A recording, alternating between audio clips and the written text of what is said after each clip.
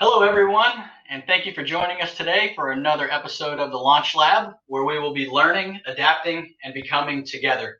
I'm one of your hosts, Brandon Daigle, and as always, I'm here with my teammate, Neil Kane, and today we're going to launch into starting your own business. Now, I am by no means an expert in this area, so I'm so glad to be joined by Neil here, who, as we go on this journey, will really break down the process of starting your own business really in a two-part series. So this will be the first of two series that we'll encounter here through the LaunchLab.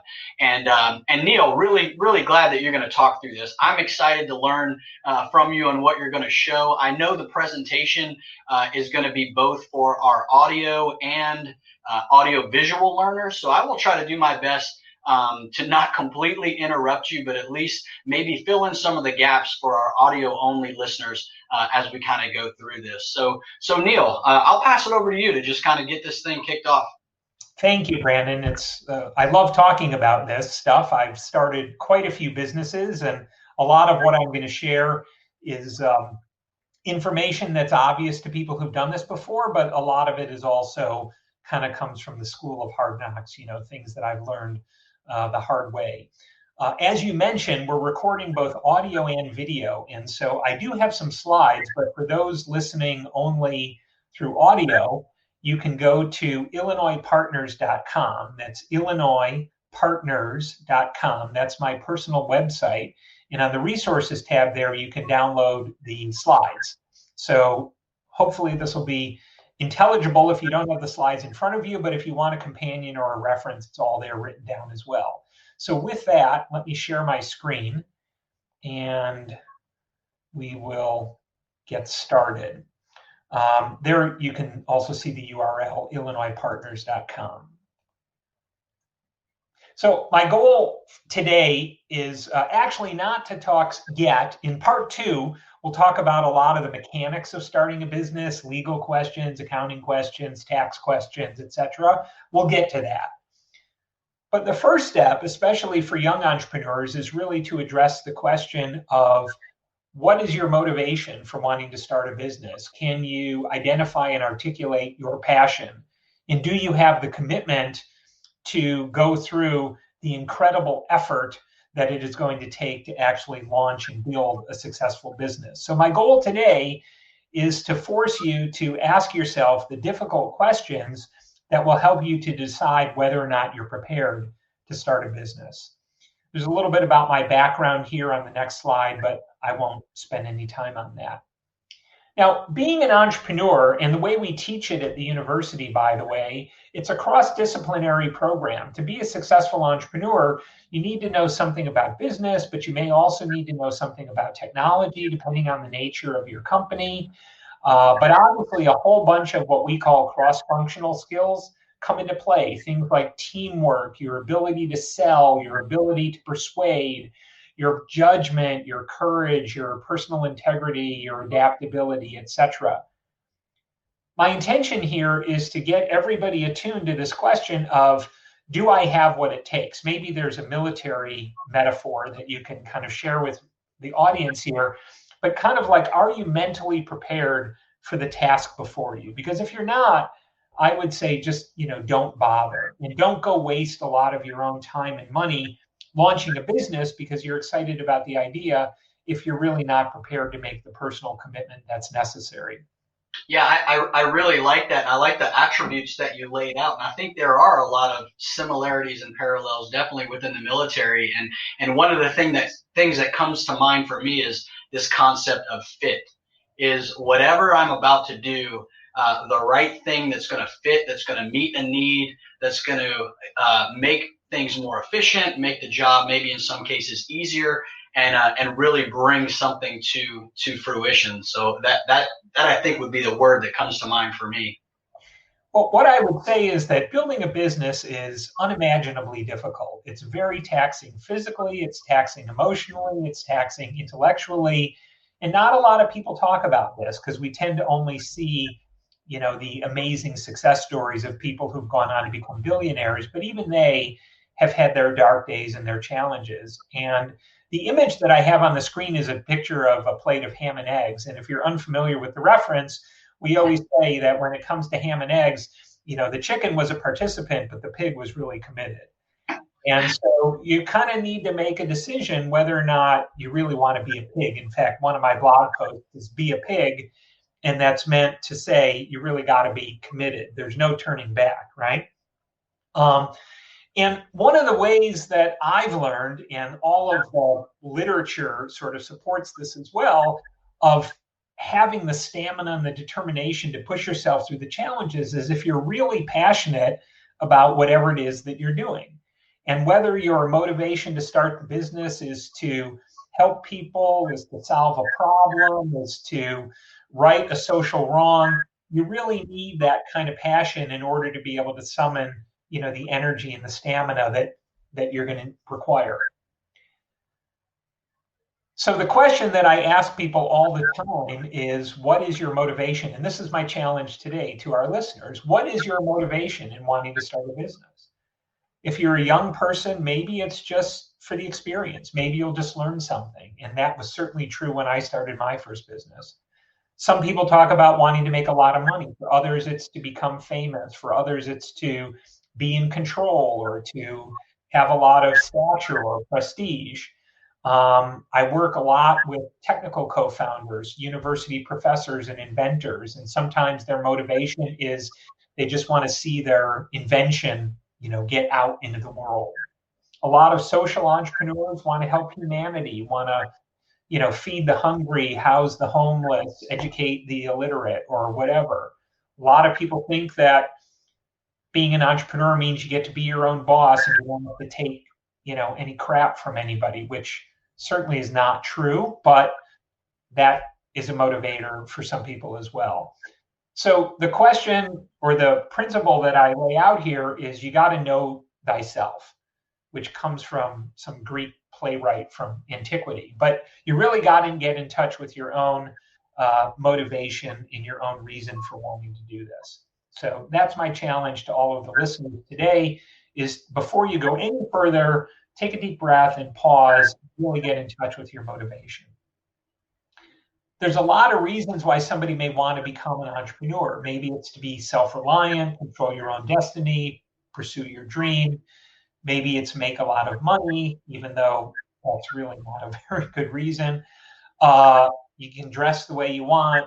To some degree, you can behave the way you want. Certainly compared to say being in the military, entrepreneurs in your own company, people would be a lot more tolerant of behaviors and conduct and so forth. But if you really dig into it, a lot of times the motivation, and this is especially true for the companies that go on to become stellar successes, it's because the entrepreneur or the founder really wanted to change the world. Or as Steve Jobs famously said in his commencement address at Stanford, to put a ding in the universe. And I can tell you from my own experience that manifesting something, bringing it into the world, starting a business and launching a product, regardless of whether you make a ton of money or not, gives you a sense of personal satisfaction that's really unlike nothing else. So the way I think about it is that, entrepreneurship really does give you some authority over your future. I don't use the word control here because if you ever need to raise money, you're going to be accountable to investors. You're always going to be obligated to serving your employees and your customers. So if you're going into this because you think that somehow you can do whatever you want or you don't have to take answers from anybody, that is really a misconception and not a good reason to start a business. But if you want control over your life, then being an entrepreneur may make some sense. I like the part there. Sorry, Neil, but using the word authority there, and it's hard for me to look at that word and not think of words such as accountability and responsibility. The authority piece. The authority piece sounds really nice and fun, but with that comes, a lot more pieces that maybe aren't as fun or aren't as glorifying as being the one in charge. Well, even I get it jazzed up about being in charge. I mean, I'll admit, I don't know if that's an ego thing or if it's a control thing, but there's something that kind of strokes me about being the guy who gets the ball, who's got to put up the shot, at the last minute. I like being in that role, but you're not in control. I mean, you're a servant to so many other constituencies. You just have no idea. And heaven help you if you raise money from venture capitalists or take a bank loan or do anything like that, then you've got all of the other obligations that come with getting that money. One of the topics that I want to put out there briefly today, although it could easily support a whole episode for us in the future, is to talk about failure. And it's really important that entrepreneurs set aside their fear of failure. And one way to do that is to recognize that even if the business doesn't succeed, you can still come away having enhanced your own skills in your own marketability because you will have learned something. And that was certainly true in the first business that I started. I have trouble saying that it was a failure because it really wasn't, but it just kind of, went sideways for a while and never really lost money, never really made a lot of money. But what I learned from that experience set me up to be the CEO of the next company, where we then went on to raise about $20 million in venture capital. And I was only prepared for that because of what I had done prior. So it's like the failure was the prerequisite to allow you to do those other things. Yeah. And for people listening to audio only, I have a slide up that says you succeed or you learn. There is no failure. If the business doesn't work out, the consolation prize is that you've learned something. And here's another way of sort of expressing the same thought. Failure is nothing more than a chance to revise your strategy. So most entrepreneurs really don't fear failure, although failure isn't something that any of us aspire to. We're just not afraid of it. And I tell young people all the time, and I started my first business when I was in my 20s, I guess, and it really is the case that as you get older, especially if you have a family, you've now got obligations to a spouse, to kids, you've got bills to pay, a mortgage, in my case, tuition, and it gets increasingly harder as you get older to take the kind of risk on starting a business, based on the possibility that if the business doesn't work out, you might need to start over or you might need to go get another job. And it just gets increasingly more difficult to manage that as you get older through your life. At least that's what I found. The one thing all founders must understand, especially if you're going to go out seeking investment, is investors don't fund businesses, they fund people. So your conduct, your integrity, what people say about you, what comes up when people check your references, those matter almost more than the skills that you have, because people will fund somebody who's eager and excited and they believe that you're coachable and that you're going to be hardworking. But if you got the right skills, but you're a jerk, you're an asshole, you've got a bad reputation, people don't like to work with you, you're dead in the water, at least insofar as getting other people's money. So your conduct really matters a lot. I often quote Gandhi too, and there's another slide up on the screen that says, be the change you wish to see in the world. This kind of goes back to the Steve Jobs quote about wanting to have impact, wanting to make meaning, as Guy Kawasaki said, wanting to do something that really helps people. As I said at the outset, in the next episode, we'll talk about the nuts and bolts stuff, the opening the bank account, the legal junk that you need to deal with. But in this episode, the focus here was really meant on getting you in touch with your motivation. Are you ready to do this? Now I want to transition and just kind of share a couple of words of wisdom where I'm now kind of the old guy, the Buddha sitting on, a pillow somewhere, kind of talking to young people. And so these are the lessons that I've learned in the School of Hard Knocks. So one of them, which we've already touched upon, is you need to just let go of your fear. It doesn't serve you at all. And it's a lot harder to be successful than it may appear. If it was easy, everyone would do it. And this is no different than watching Tom Brady play football or Michael Jordan play basketball or LeBron James. The best people in the world make it look easy, but you know that it is not. And you know that there's an enormous amount of talent and preparation that went into it, and the same is true of businesses. It's a lot easier to be a critic than to be the guy out on the field actually doing something. And so I'm often have to remind myself, almost have to catch myself as I'm speaking, wanting to second guess or to judge what other people are doing. It's just too easy to be a critic. One thing that I've not mentioned yet, which is really, really important for all of the reasons that have been discussed here today, is I recommend that everybody find some trusted advisors, people who can help them through this journey. Whether you need help on real business matters or whether you just need a coach to kind of motivate you or somebody whose shoulder you can cry on, you need to have those people in your camp who aren't worried about their money, who aren't going to divorce you if things are going poorly. You need somebody who's just out looking after your interest and loyal to you.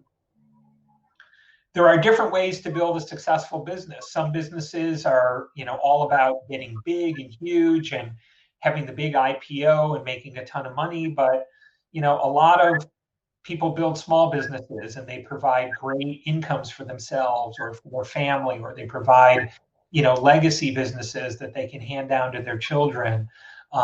So there's no one size fits all. And it gets back to my first goal here, which is kind of figure out what your motivation is and what the definition of success looks like for you. I encourage people to be very clear about the milestones, the tangible metrics that you're going to use to measure your business, whether it's revenue or profit or the number of customers that you're going to have or downloads of your software or whatever.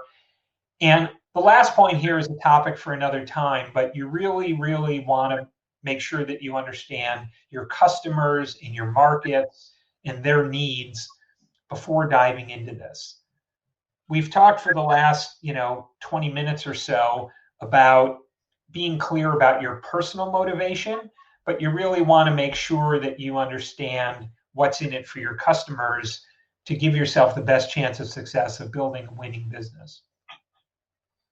No, those are great there, Neil. And it brings to mind for me, as you're defining motivations paired against the metrics and the milestones and the timelines, it's also probably important to determine what will define success for you. How do you know what success looks like as you transition through this?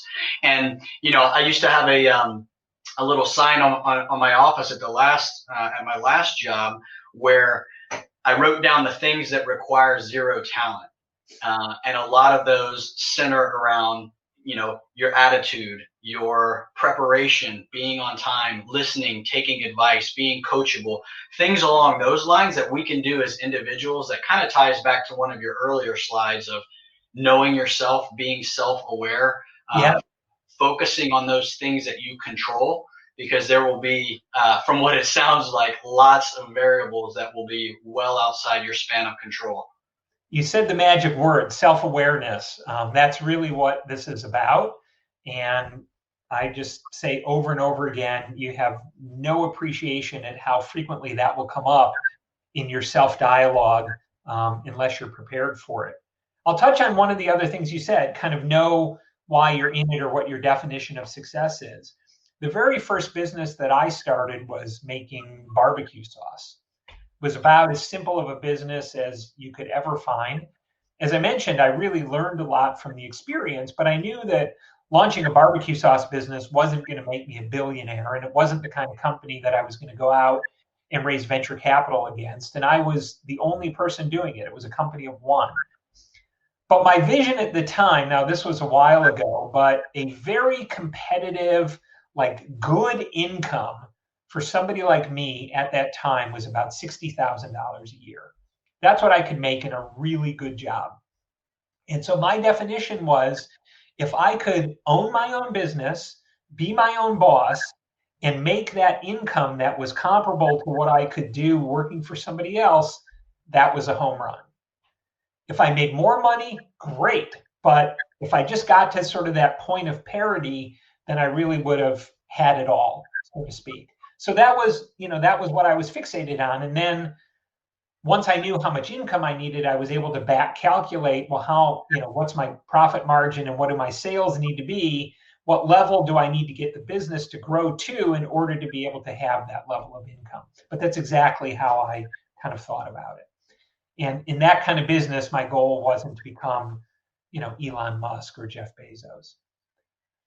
The last thing I want to share, and this is particularly geared towards first-time entrepreneurs and a lot of the college students that I work with, and certainly applicable for high school students as well, is just some advice. So as you think about what courses to take and how you want to develop your skills, this is going to seem counterintuitive, but the thing which has differentiated me more than anything in my career has been my communication skills. Even though I'm trained as an entrepreneur, I misspoke. I'm trained as an engineer, and I never really formally took a communication class. I had to do all of that kind of on my own. But the ability to write and to communicate your ideas simply and to give a good presentation and to lead people, that's really paramount. So I highly recommend for anybody that you seek out opportunities in your life to develop those skills. You, Brandon, mentioned accountability, and that's just unbelievably important. An ability to sort of say what you're going to do what you're going to say, let people rely on you, know that your word is your bond. If you commit to doing something, people don't have to wonder whether or not it's going to get done.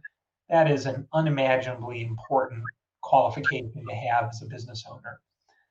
Honesty, integrity, that goes without saying. And then lastly, so much of being an entrepreneur involves selling all the time. You're selling yourself, you're selling your business, you're selling the products of your business, you're trying to hire people and sell them on the vision of the company, you're selling the vision of the company to investors. If you want to be an entrepreneur, learn how to sell, pure and simple. Go take a sales class. If it's available at a university, great. If not, go to night school. Find something on the web, do whatever you need to do, but learn how to sell. Super, super important. Here's the quote from Steve Jobs, and I'm pretty sure, again, that this came from the commencement speech that he gave at Stanford University. I recommend that everybody look that up. We're here to put a dent in the universe. Otherwise, why else even be here? And you can find some videos of him online also talking about what motivated him after he had already made a couple $100 million. And he just says it flat out. It's not about the money, because he even goes on to say that if it was only about the money, being an entrepreneur is not the best way to make a lot of money. Yes, if you become the Michael Jordan of entrepreneurs, as Steve Jobs did, you'll make a fortune. But the people who achieve that level of success are so rarefied and it's so uncommon that on kind of a risk-adjusted sort of average basis, you're far better off getting a real job if you're concerned about making money. I think that, I've got a couple of more pieces of information in here. Let me just wrap up with a couple of other things. And again, I refer people to the slide deck which they can download. So there's a couple of basic questions about your business also that you'll want to get a handle on. Do you understand your customers? Do you understand their buying patterns? Do you know anything about the market? I guess we'll have to save that for another episode, but we could do a whole task on that. And then the last piece is if you have co-founders, this is another area where having a great co-founder can be the most wonderful thing in your life, just like having the right spouse or the right life partner. And choosing wrong or being in a relationship with a co-founder that becomes divisive can be the worst thing in the world for you personally, and it can also cause the business to fail. So there's a whole other topic, which I'll save for another time, on not only how to choose the right co-founder, but how to have the right kind of legal agreements in place to protect the business in the event that the founders, don't wind up staying friends forever. So I'll leave it there for today. Brandon, I don't know if you have any other questions for me.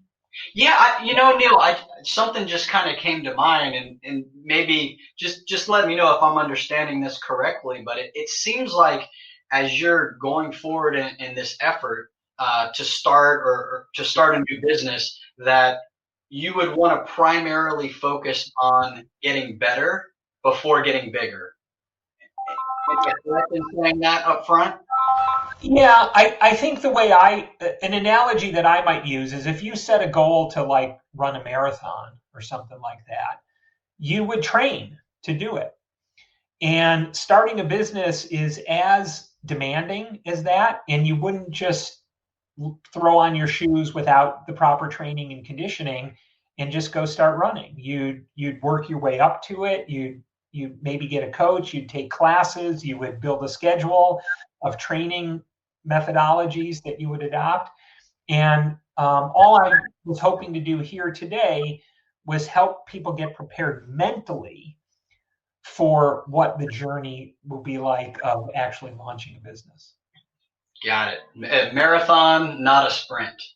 It is not a sprint. Sometimes it feels like a 26-mile sprint, but if you approach it that way too, you'll burn out and you'll be toast. So yes, knowing how to pace yourself, knowing how to take care of yourself, knowing how to maintain your health and your nutrition and get enough sleep and have good relationships in your life, all contribute to your effectiveness as an entrepreneur. No, this has been great, Neil. I know I've learned a lot. I'm sure our listeners and viewers much the same. And so I think we'll show our contact info coming up. Neil, how can we get in touch with you? Oh, thank you. The best way is for people, again, to visit my website, Illinois Partners, ILLINOISPARTNERS.com. A lot of information about me. My writing is on there, but there's also a contact form on the website, and anybody can reach me directly through the contact form. All right.